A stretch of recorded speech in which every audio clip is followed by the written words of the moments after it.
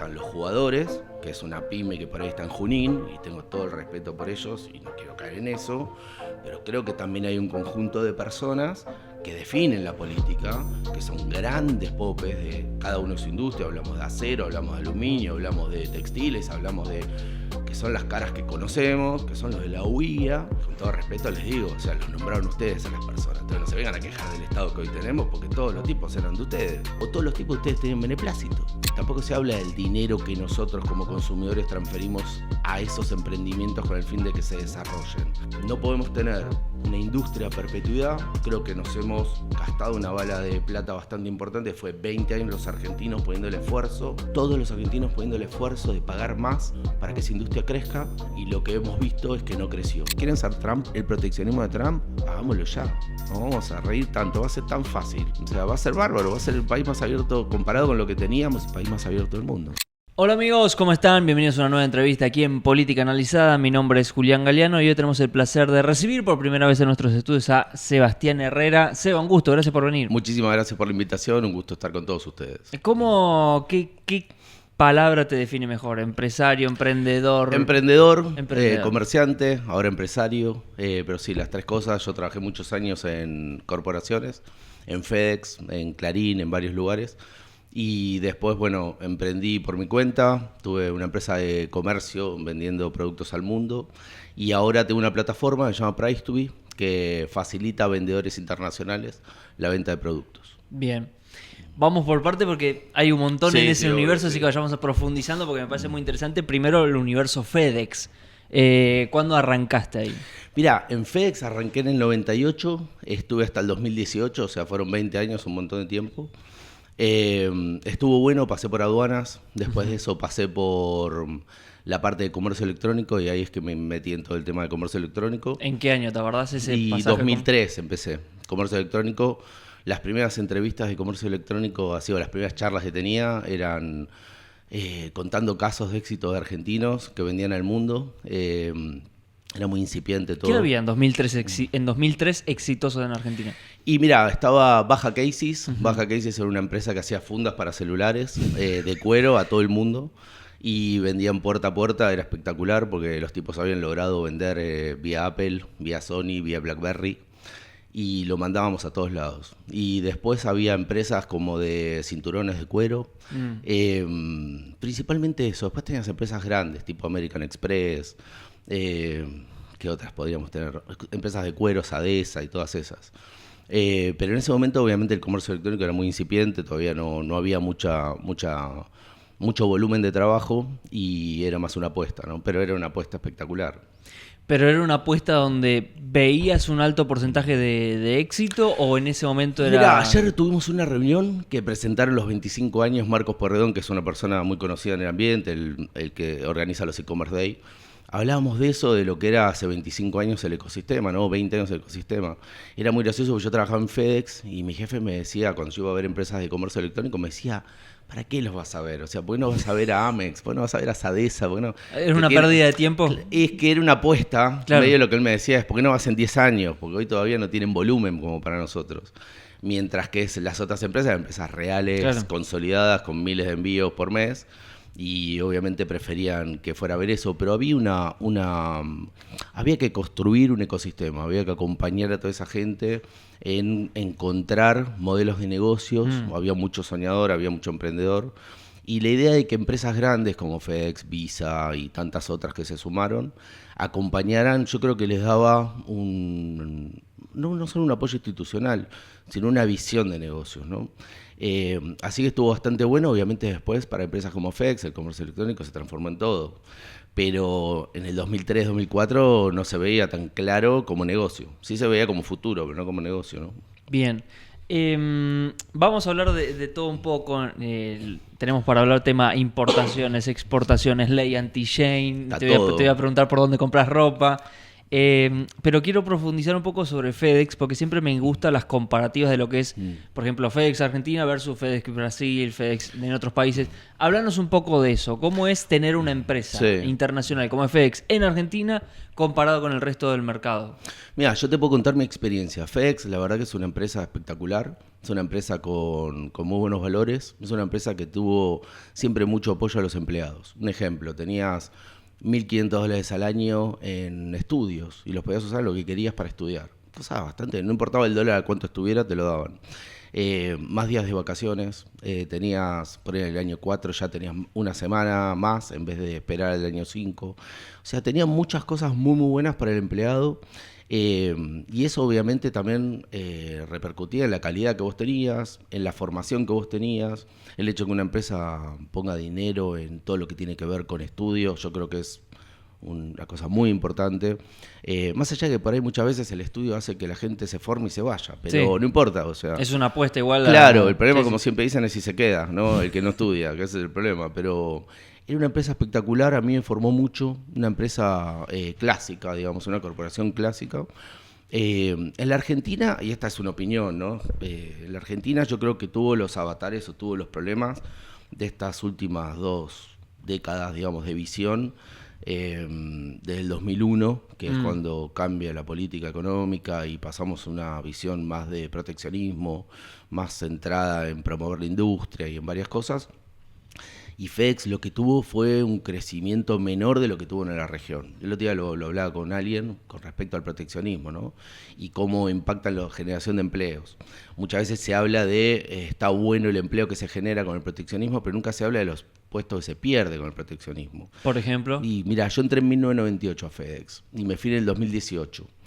En el mismo momento yo entré...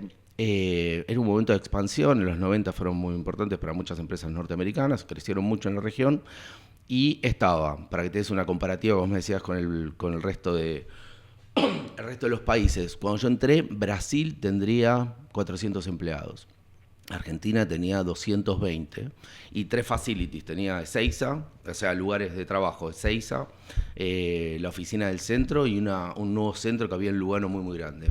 Chile tendría 120 empleados y México tendría 400 empleados.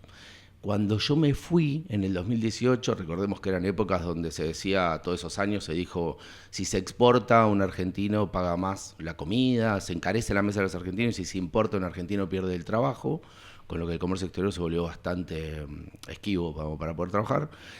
Cuando yo me fui, México ya tenía 9.500 empleados en FedEx, Brasil tenía más de 10.000 empleados, Chile ya tenía más de 2.000 empleados y en Argentina, que cuando yo entré éramos 220, cuando me fui éramos 230.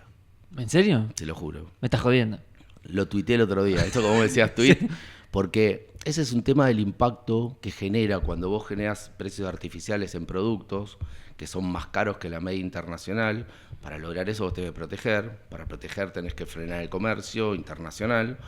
Y eso lo que genera es que comercio, a ver, esto trato de explicarlo, a veces es un poquito difícil para mí explicarlo, ¿no? Pero si un producto cuesta más, y es elástico en la economía, una remera cuesta 3 veces lo que vale en el resto del mundo, muy probablemente comercio y servicio tenga 3 veces menos de trabajo, porque yo puedo comprar a $100 una remera.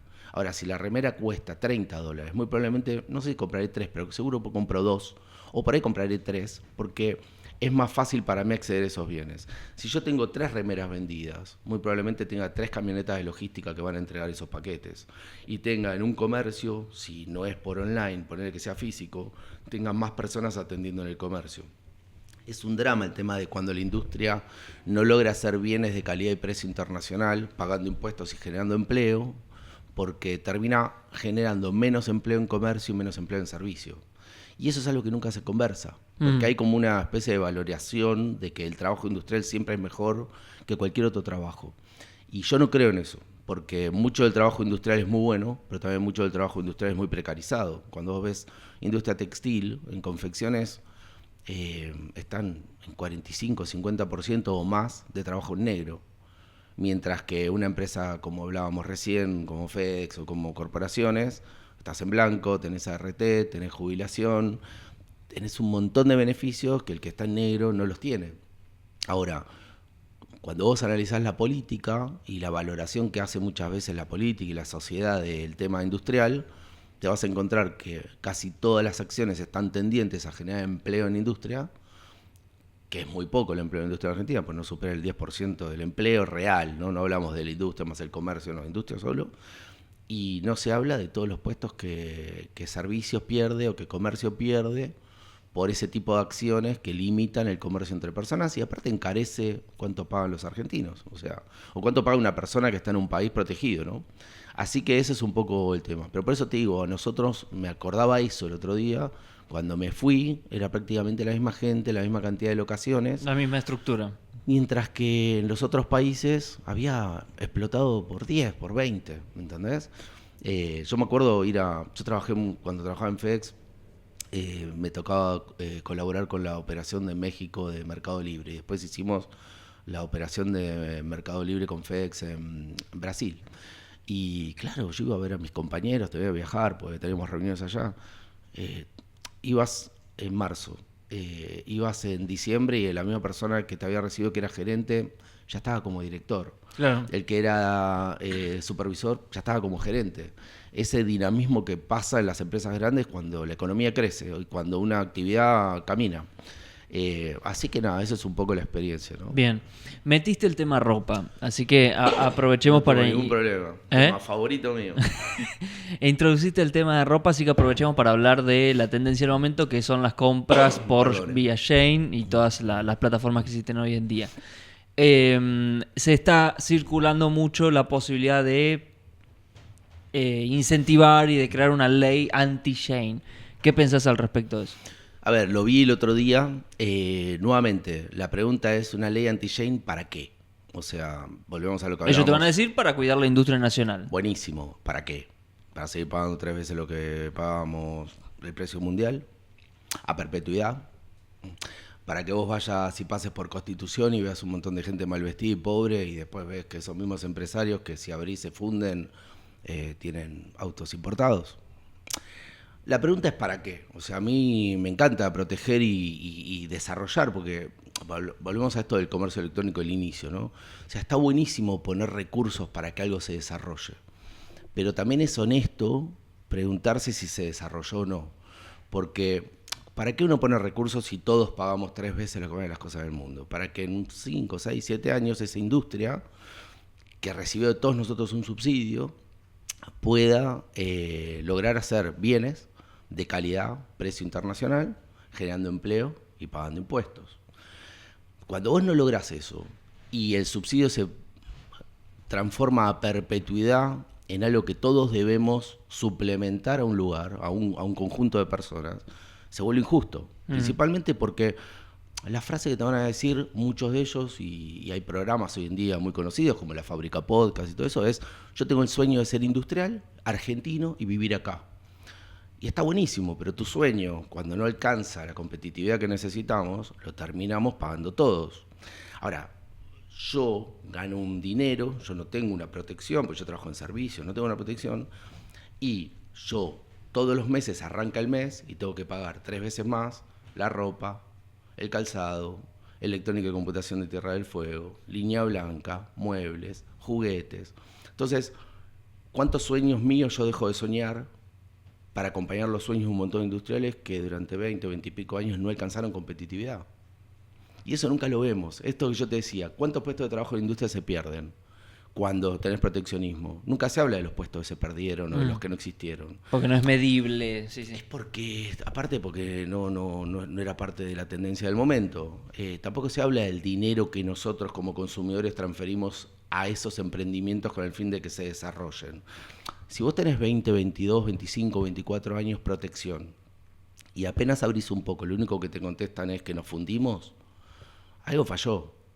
Y alguien me podrá decir, bueno, pero en este momento la política económica y el dólar, ¿qué pasaba? Un ejemplo en el 2020, 2021, 2022, 2023. Te cuento un ejemplo del 2022 en textiles. Textiles en ese momento tenía, del lado del subsidio, de subsidios, así, cosas que nosotros como consumidores financiábamos con nuestros impuestos, tenías subsidios en empresas medianas y chicas a la luz, al gas, al agua, obviamente todo lo que era energía, todo eso subsidiado. Las empresas grandes tenían acuerdos. Un ejemplo, vos tenés una empresa como Madanes, Aluar, que hizo un acuerdo con el gobierno que le daban creo que 40% de recorte en la tarifa de luz. Aluar es principalmente luz, o sea, no es otra cosa. Además de eso tenían acceso a créditos blandos, muy blandos. Para que te des una idea, Teneplatex, que es una empresa que está bastante siempre en boga, pues muy importante, recibió del Banco de Corrientes un préstamo por 700 millones de pesos en el 2021 para hacer una fábrica, una ampliación de fábrica en Corrientes en el 2022 y la terminaron de hacer en el 2025. Empresas ensambladoras como Liliana recibieron 450 millones de pesos a pagar con créditos blandos en pesos en un momento de una inflación enorme. Tenías además acceso a dólar oficial, tanto para la compra de insumos como para la compra de máquinas. Pensá esto del dólar oficial para la compra de insumos de máquinas. El dólar oficial era, vos llevabas pesos y la Argentina giraba un dólar, pero el peso era una fracción de lo que ese dólar realmente costaba. El resto lo poníamos nosotros, todos los consumidores. O sea, cuando vos tenés que girar un dólar vale 1.000 en el blue y en el oficial vale 3.50, la empresa pone 3.50, el resto lo ponemos nosotros. Comprábamos las máquinas subsidiando una gran parte. Los insumos los subsidiábamos. Tenías además barreras para arancelarias récord, barreras arancelarias récord, valores criterios. El valor criterio es una cosa increíble. Viene la Fundación Proteger y te dice, no, ese suéter no puede costar menos de $20. Entonces, ¿qué pasa? Todos los aranceles se pagan por $20, no por los 5 o 7 que vale ese suéter en el mundo. Entonces, encarece muchísimo. Podría seguir 3 horas, pero también tenían CONICET, público-privado, Fontar y Fonsip, aportes no reembolsables, ayuda de científicos. En el 2021, 2022, 2023, vos ibas a la góndola y te encontrabas que los textiles valían 3 veces lo que valía en el mundo. Y alguien me podría decir, bueno, pero estuvo bueno porque desarrollamos una industria textil.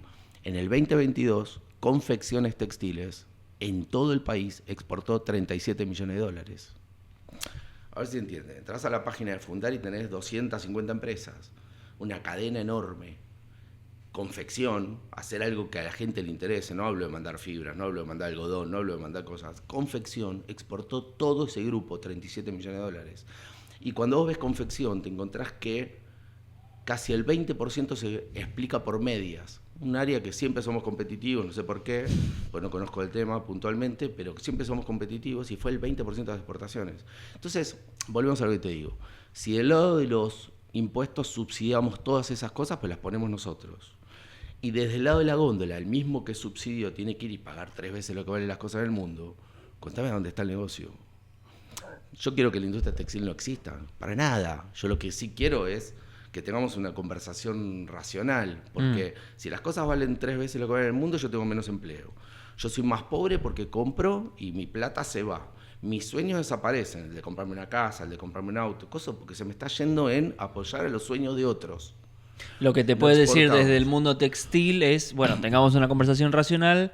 Nosotros tenemos un 50% del costo de la ropa que se va en impuestos, por ejemplo. Buenísimo, siempre es así, o sea, en todos los gobiernos, porque eso está buenísimo. Mira, gracias por la pregunta, porque es algo que también... Si vos en los últimos 20 años tuviste todos funcionarios sacando un pequeño periodo de Macri y ahora con Milei, todos funcionarios que apoyaban tu visión del mundo, de la industria. Lo tuviste a Moreno, lo tuviste a Culfas. En el 2019, 2020, 2021 y 2022 lo tuviste a Ariel Yale, que era el director de Proteger.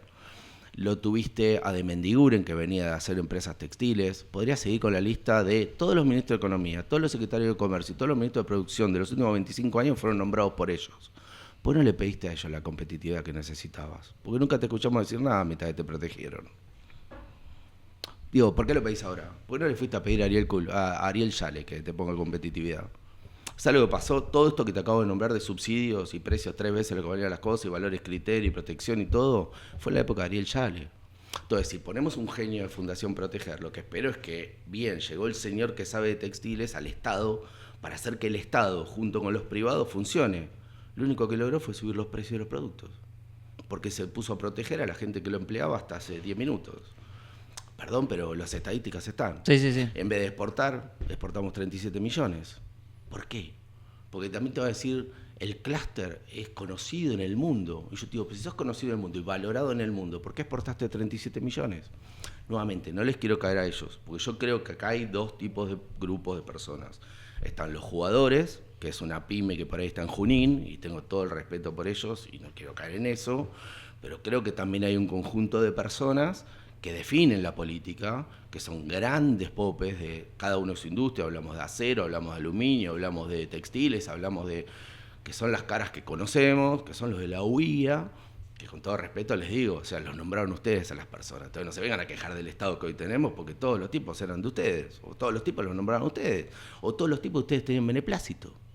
Entonces, vuelvo a lo que te digo, o sea, no podemos tener una industria a perpetuidad. Creo que nos hemos gastado una bala de plata bastante importante. Fue 20 años los argentinos poniendo el esfuerzo, todos los argentinos poniendo el esfuerzo de pagar más para que esa industria crezca, y lo que hemos visto es que no creció.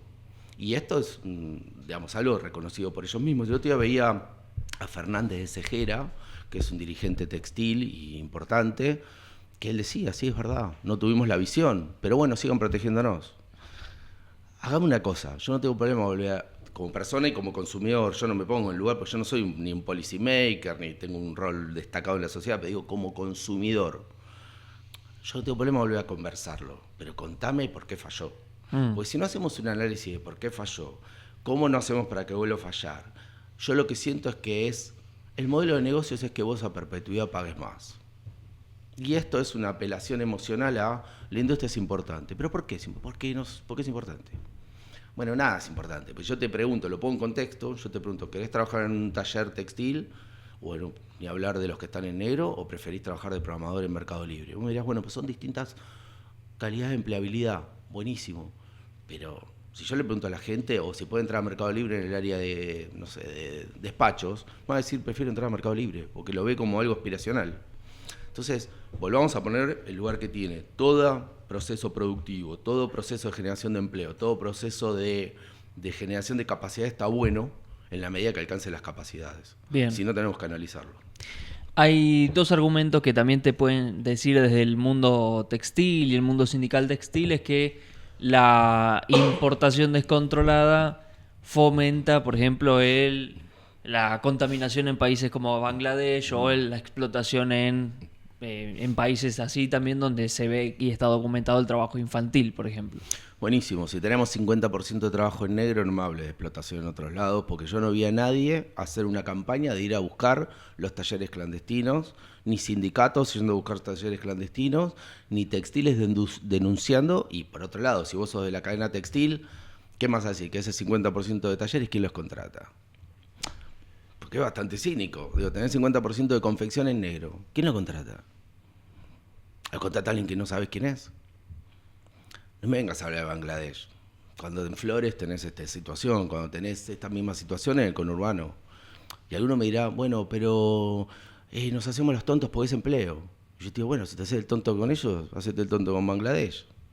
Pero no me hagas con Bangladesh y la contaminación y las cosas, porque después vos mirás los procesos y no son procesos. Pasás por el Riachuelo, donde está gran parte de las industrias de muchos años, está todo sucio. Trabajo, tenés un montón de gente negro. Nuevamente, me parece que son, ante la situación, excusas que se ponen para volver a poner protecciones. Y como te digo, yo no creo que esto... Separemos, a ver, hay una cosa que es, separemos industria, comercio y servicio. Uh-huh. Yo sí creo que hoy hay un problema con comercio. La apertura y la entrada de órdenes, y principalmente por venta directa a consumidor final, ha generado una tensión en comercio. Ahora, el que me cobra hace 20 años 3 veces lo que vale la remera, es otra la conversación que tenemos que tener. Si la ley anti-Jane es por comercio, o para ver qué está pasando con comercio, para ver si hay arbitrajes por canales de importación, pues si yo lo traigo por correo y pago solo el IVA, y si lo traigo por un contenedor y pago arancel, IVA estadística, IVA adicional, ganancia anticipada, ingresos brutos, bueno, claramente habría que analizar si eso no generó un impacto muy, muy grande, pero es comercio. Ahora, el que me cobra 3 veces las cosas, a perpetuidad y de siempre, no hay un análisis que hacer. Y por eso digo, yo creo que se apela a cosas, y son cosas que por ahí en Francia se dijeron, que tiene que ver con los países del tercer mundo, que no aplica a nosotros. Y si realmente nos preocupa, que a mí sí me preocupa, y veo que con alegría que a ellos también les preocupa, empecemos a arreglar lo que tenemos acá. Bien, empecemos a arreglar lo que tenemos acá. Se está hablando mucho, de golpe hay una fascinación por todo el peronismo hacia Donald Trump. Hay una admiración repentina hacia el modelo estadounidense, donde dicen, che, seamos como Trump, cuidemos la industria, cerrémonos, guardémonos, en un mundo donde la postura de todos se están cerrando, Argentina se está abriendo. Buenísimo. ¿Qué pensás al respecto? Mira, te cuento un poco, yo porque en Estados Unidos tengo mucha experiencia, vendí mucho en Estados Unidos, tengo una empresa en Estados Unidos, así que conozco bastante. Estados Unidos durante años, hasta $800 no cobró nada para mandar. Yo durante años vendí productos a Estados Unidos y en aranceles, impuestos nunca pagué nada. Yo vendía a la casa de personas, productos de Uruguay, productos de varios países y nunca pagué aranceles, impuestos. Entonces, ¿qué quiero decir? El piso desde donde arranca Donald Trump es muy, muy bajo y el nuestro es muy, muy alto con respecto a proteccionismo. Entonces, yo a todos les digo lo mismo. ¿Quieren Donald Trump en la Argentina? Hagámoslo. Es lo más abierto que vas a comparar. Comparado a lo que tenemos o a lo que teníamos, es lo más abierto del mundo. Va a entrar todo, no tenés casi barreras arancelarias o pararancelarias para ninguno de los productos que este grupo de personas que pide protección quiere proteger. Otra cosa es agro, porque ahí ya son otras discusiones, pero bueno, tenés problema para mandar un electrónico, computación, no tenés problema para mandar textiles, no tenés problema para mandar zapatos. Hoy lo que hizo Trump, que esto es explicable, Estados Unidos no tiene IVA. Entonces, ¿qué te sucede? Que cuando vos haces una importación a Estados Unidos, en Estados Unidos, esto es muy técnico, no quiero entrar en detalles, aburre. No, pero estamos en el espacio para hacerlo. Bueno, sí. Buenísimo, lo explico fácil. Estados Unidos, cuando vos valorás para pagar en aranceles impuestos una mercadería, nosotros en la Argentina, en casi todo el mundo, se usa costo, seguro y flete. ¿Qué quiere decir esto? El costo del producto más el seguro, que si no está definido es 1%, más el flete que va desde, un ejemplo, China a Estados Unidos. Eso te da la base imponible. China, Argentina. Eso te da la base imponible. Y a partir de eso se aplican aranceles e impuestos. Estados Unidos nunca valoró así. Estados Unidos siempre valoró FOB. Entonces, en vez de que impuestos se paguen por un producto que vale 1.000 más seguro, más flete, solo paga por casi los 1.000. Entonces ya te baja la cantidad de impuestos que paga un producto. Además de eso, lo que vos tenés es que no hay IVA, hay sale tax en los países. Vos cuando todos viajamos, viste que en Estados Unidos después incluso vas al aeropuerto y te lo devuelven, que eso pasa en varios lugares, pero digo, vos no tenés IVA. Entonces, ¿qué te sucede? Que las importaciones norteamericanas pagan, un ejemplo, podían pagar 4%, 5%, 2%, 3%, pero no tenías IVA. En la Argentina, o en Francia, o en cualquier otro lugar, que es lo que Donald Trump dice, cuando yo entro a un producto, a mí me cobran 21 de IVA, 25 de IVA, Europa tiene hasta 27 de IVA, 26 de IVA creo, pero 20, 21 es lo más común. Entonces eso genera una diferencia. Por el otro lado, barreras arancelarias y pararancelarias, tenés muy pocas sacando agro o cosas muy puntuales que ellos tratan de proteger. Pero en líneas generales todo lo que es consumo, todo lo que impacta a la persona, lo habrán visto, era el más barato del mundo. Vos vas a Miami y encontrás todo más barato que en la región. Y son productos que no se fabrican en Miami, se fabrican por ahí en China, en Bangladesh, en Etiopía, y lo encontrás barato. Entonces por eso digo, si quieren copiar a Trump, copiémoslo, porque va a ser, para gente como yo que cree en la apertura, bárbaro. Lo digo en serio. A mí me encanta cuando se ponen con esos discursos y no analizamos las cosas. Es bárbaro. Quieren sacar el IVA a la importación, no hay valores criterio. O sea, ¿qué hizo Trump? Dijo, bueno, es recíproco con Argentina, le pongo 10, más el arancel. Fíjate que nosotros cobramos 21 de IVA. ¿Entendés lo que voy? O sea, hay veces que la política, y obviamente yo no entiendo mucho de eso, no es lo mío, pero son eslogans. Cuando hilás fino, yo por eso digo, quieren ser Trump, el proteccionismo de Trump, hagámoslo ya. No vamos a reír tanto, va a ser tan fácil. O sea, va a ser bárbaro, va a ser el país más abierto comparado con lo que teníamos y con lo que hoy abrimos un montón, pero digo, con lo que teníamos, el país más abierto del mundo. Bien. ¿Se puede A mí me pasa que he presenciado reuniones o conversaciones privadas entre políticos y privados y es escuchar un chino hablando con un turco o un brasilero hablando con un neozelandés, que dos idiomas completamente distintos. ¿Qué pasa entre el privado y el político? ¿Por qué nos complicamos tanto en la Argentina en llegar a acuerdos o entendimientos básicos? No tengo ni idea. La verdad no es lo mío, si te mentiría. No conozco. Creo que hay... A ver, hay algo que sí yo creo, y esto es estructural, y creo que les pasa a un montón de países, pero a nosotros nos está pasando de forma muy pronunciada. Yo creo que hay dos Argentinas. Hay una Argentina que vive y que tiene una empleabilidad, un ingreso y todo, muy probablemente parecido al siglo XIX, siglo XX, que necesita un dólar, que necesita un proteccionismo, necesita un montón de cosas, y una Argentina más pujante o que tiene más empleabilidad que está viviendo en el siglo XXI. Hay un lío que es, cuando vos abrís, ya lo vimos en los 90 y lo estamos viendo ahora, hay gente que se cae del mapa. Y es un problema eso. Porque es un problema. Porque es gente normal que está sufriendo y no está bueno.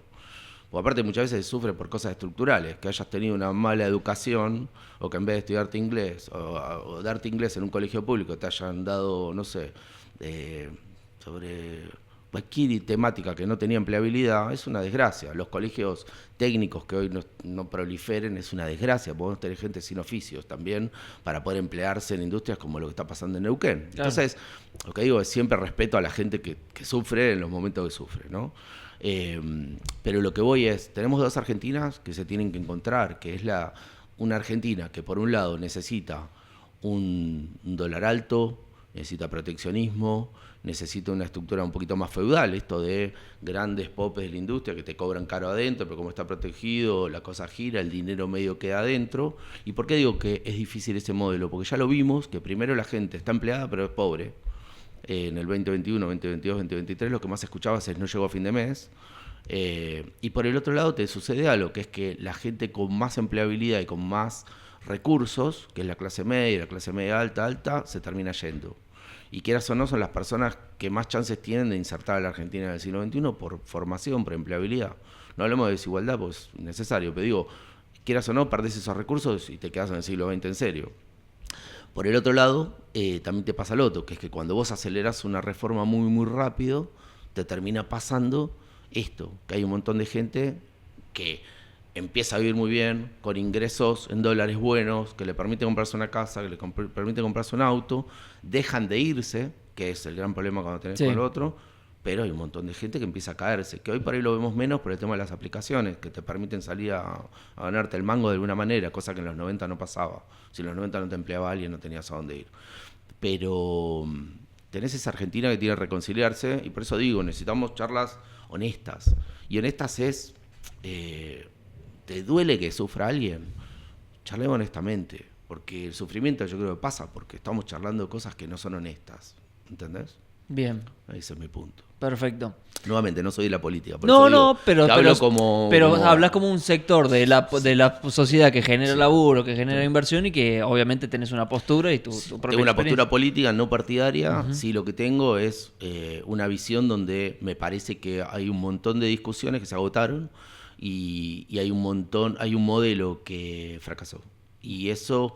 todavía, ese es el gran problema. Yo no creo que hoy no haya tensiones o no haya turbulencias. Como te dije en el comienzo, creo que las hay, pero creo que no hay ninguna propuesta nueva de los de antes. Si la idea es volver a lo de antes, ¿qué vamos a volver? ¿A 60%, 50% de gente pobre? ¿Qué vamos a volver a? Nuevamente, traigan ideas nuevas. Yo siempre estoy abierto, a mí me encantan las ideas nuevas. Me encanta incluso, obviamente, ideas que yo no creo. A mí me encanta probar. Pero venime con ideas nuevas. Si yo me vengo con lo que fracasó, es una tristeza, porque en realidad estás buscando prebendas. Estás buscando eso porque te sirvió a vos, no porque nos sirvió a todos. Pues por algo pasó lo que pasó. Bien.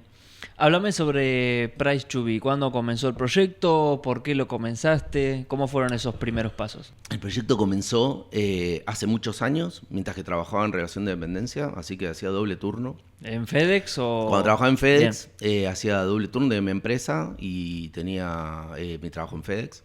Price2Be lo que busca principalmente es detectar el precio final entregado en la casa de una persona en todo el mundo. Okay. ¿Para qué? Para esto, para ver dónde vale la pena comprar, dónde vale la pena vender y dónde vale la pena hacer acciones de marketing. Por eso esto de comparativas de precio para mí es todos los días. O sea, yo estoy todo el tiempo viendo arbitrajes, viendo dónde está más barato y dónde está más caro. Nosotros, para que te des una idea, somos muy competitivos, siempre lo fuimos en alimentos terminados. O sea, yo he vendido bananita dolca, palito de la selva a todo el mundo en paquetes de 1 kilo, literal. O sea, he vendido habana, he vendido yerba, me cansé de vender cualquier cosa que encuentres en un supermercado, yo lo vendí. En eso siempre fuimos competitivos. Farme Cosmética somos competitivos. En todas las demás cosas que ya les conté, no somos competitivos. Pero el mundo tiene esto en todos lados. O sea, hay algo muy fantástico que ha sucedido, y por ahí lo van a entender simple, que es cuando uno compra online, lo que te preocupa es el precio que tiene el producto, si viene de afuera, incluyendo aranceles e impuestos, el tiempo que tarda en entregarte ese producto en tu casa y la credibilidad del vendedor. Cuando vos analizás los tiempos de entrega, y esto es fantástico, nosotros estamos entregando por correos en 48 horas en casi toda América, en 72 horas en toda Europa. Entonces, de la misma forma que vos te tomás un avión y amaneces en Miami el otro día, los paquetes pasa lo mismo. Sí. ¿Por qué esto es importante? Porque si el tiempo de entrega es idéntico que el doméstico, y el precio es distinto, y esto lo vemos cuando vamos a Miami, que hay cosas que nos parecen más barato allá y hay cosas que nos parecen más caro acá, lo que encontrás es que hay arbitrajes de precios para productos similares o iguales entregados en un mismo plazo de tiempo. ¿Por qué a mí me preocupa eso y me parece súper interesante? Porque esto mejora la capacidad de compra de la gente y la hace vivir mejor. Una persona que, esto hablando de política, mirá qué cosa increíble, nosotros tuvimos grandes momentos donde la Argentina tenía un salario promedio, parecido, digamos, comparado con la región, hasta incluso mejor que la región, pero veíamos argentinos cruzando a Chile o a Paraguay, a Brasil a comprar bienes. Sí. Y vos lo que notabas es que un chileno que por ahí tiene 600, 700 dólares promedio de ingreso, tiene una calidad de vida mucho mejor que un argentino que está en 1.000 dólares de ingreso. ¿Por qué? Por esto que hablábamos, que como todas las cosas que uno consume valen más, termina impactándote y te volvés pobre ganando más incluso que la media de lo que la gente con la que convivís en la región. Eso es Price2B. Price2B lo que busca es detectar los diferenciales de precio, que obviamente generen negocios, pero aplicado a lo que es la posibilidad de que la gente pueda acceder a bienes de calidad y precio internacional con las mejores condiciones posibles y en el mismo plazo de tiempo. Bien. ¿Quiénes hoy utilizan a la plataforma? Bueno, ¿cuántos socios hay ahí? Bueno, estoy yo solo en este momento, la desarrollé yo, la inteligencia artificial aparte hizo bastante fácil quedarse solo en muchas cosas. Tengo un depósito en Miami que arma mercadería, tengo otro depósito en China, ahora estamos cambiando uno más de e-commerce. Y lo que tenemos hoy en día como clientes, estuve trabajando mucho con Ocase, con Andreani, que los tengo de clientes en consultoría, y además de eso todo lo que es clasificación aduanera de los vuelos de China y todo eso para Oca lo estoy haciendo con la empresa, así que lo que recibimos son grandes listados de productos que vienen, le ponemos la posición arancelaria, cuánto estaría pagando, y esa es la información que se sube en la aduana. Lo mismo estamos haciendo con Estados Unidos, pero ya para comercio electrónico, con México, con Brasil. Yo tengo una empresa que se llama Lactubi, que vende farma y cosmética. Empecé con alimentos, pero hoy tengo farma y cosmética, y también uso la misma plataforma y vendemos a todo el mundo. Pero hoy principalmente a nivel de grandes empresas, esos nombres que ustedes conocen, sí. Ya te digo, con Oca estamos trabajando todo lo que es la parte de ingreso de mercadería, y además de eso yo trabajo con Ocase y con Andreani como consultor y como parte de todo este tipo de cosas, ¿no? Pero Lactubi es directo, o sea... Lactubi es... esto que tiene que ver está bastante bueno para los que quieren ser emprendedores. A mí me pasó algo, yo empecé... a vender cuando me fui de FedEx, a vender Price2B, y nadie me contrataba, era muy difícil. Entonces un amigo que fui a ver para ver si contrataba, me dice, ¿por qué no te volvés vendedor? Porque vos me contás que tenés un montón de soluciones para vendedores, volvete el primer vendedor. Ahí surgió Lactubi. Entonces yo dije, bueno, todo lo que yo les digo que se puede hacer al mundo, vender en 48 horas, entregar en la casa de cualquier persona. Lo querías demostrar en primera persona. No me quedó otra, claro. ¿Entendés? O sea, yo me hubiera quedado con Price2B, claro, sí, pero sí, igual sí. fue bárbaro porque aprendí tanto vendiendo. ¿Y al final te contrató ese o no? Sí, exacto. ¿O fue una buena excusa para...? Sí, porque claro, con el tema de ahora de China se puso muy interesante para mucha gente vender. Yo es lo que les digo, que buscando soluciones, ¿no? Hay algo que nos está pasando en los argentinos, que es que estamos muy focalizados en vender solo en la Argentina. Y hoy vender en Mercado Libre internacional, vender desde China... A ver, hay muchas empresas argentinas que compran en China. ¿Pero qué hacen? Traen el contenedor a la Argentina. Ahora, si vos dejás el contenedor en China, es lo mismo vender desde China a la Argentina, al Mercado Libre internacional, que vender a México, a Brasil, a Colombia, a Chile. Entonces, un poco mi punto, y es lo que estoy hoy moviendo mucho, dando charlas y todo eso con Price2B, es vuélvanse vendedores globales. porque el mercado interno nuestro es chico. Entonces estas tensiones van a estar siempre. Ahora, si vos tenés empresas, un ejemplo, empresas como, no sé, Newsan, Sí. que vos decís es Tierra del Fuego, y vos decís, pero gran parte de lo que hace Newsan viene de China. No es que es de Tierra del Fuego, de hecho, casi el 90% del stock es de China. La pregunta es ¿por qué Newsan vende solo en la Argentina? ¿Por qué no vende en México? ¿Por qué no vende en Chile? Y convengamos que la gente de Newsan es muy talentosa, no es gente que no sabe hacer negocios. Eso es algo que a mí me parece que tenemos que incorporar y que puede llegar a ser una hermosa solución, que en vez de discutir el mercado interno y matarnos por algo muy, muy chiquito, agarrar esa capacidad que siempre muestra el argentino, porque cada vez que le abrís la puerta la pega en el mundo, para empezar a vender al mundo. Para empezar a entender que vender en 10 mercados te quita el riesgo de un solo mercado, las variaciones de dólar que puedes tener, y en eso está Price2be. Bien, perfecto. Sebastián, muchísimas gracias por venir. Gracias a vos. Si alguien quiere seguirte, estar atento, si tiene que seguirte o no en Twitter por las dudas. Twitter mío, Seba Herrera, así que pueden encontrarme como Seba Herrera. Y después Price2be, price2belarga.com, ahí pueden encontrar la página. Y nada, muchísimas gracias por la invitación. Una de las primeras entrevistas así de televisión, así que gracias. No, Muy por favor, para nosotros es un placer. Me pareció muy interesante el bloque concreto de Estados Unidos. Creo que hay algo ahí para profundizar. 100%. Porque aparte, digamos, es la conversación del año a nivel de importaciones. O sea, si nos vamos a comparar con qué nos estamos comparando, Nuevamente, creo que... si quieren sacar el IVA, quieren que entre todo y tan solo se van a estar preocupando porque hoy se paga de Argentina, no sé, un arancel más un plus, es mucho más conveniente que lo que hoy tenemos en la Argentina. Perfecto. Gracias por venir, Sebastián. Gracias a vos. Un placer. Y gracias a vos por estar ahí del otro lado. Recordá de suscribirte, de activar la campanita para estar al tanto de todas las novedades en el canal. Y nos vemos en la próxima entrevista.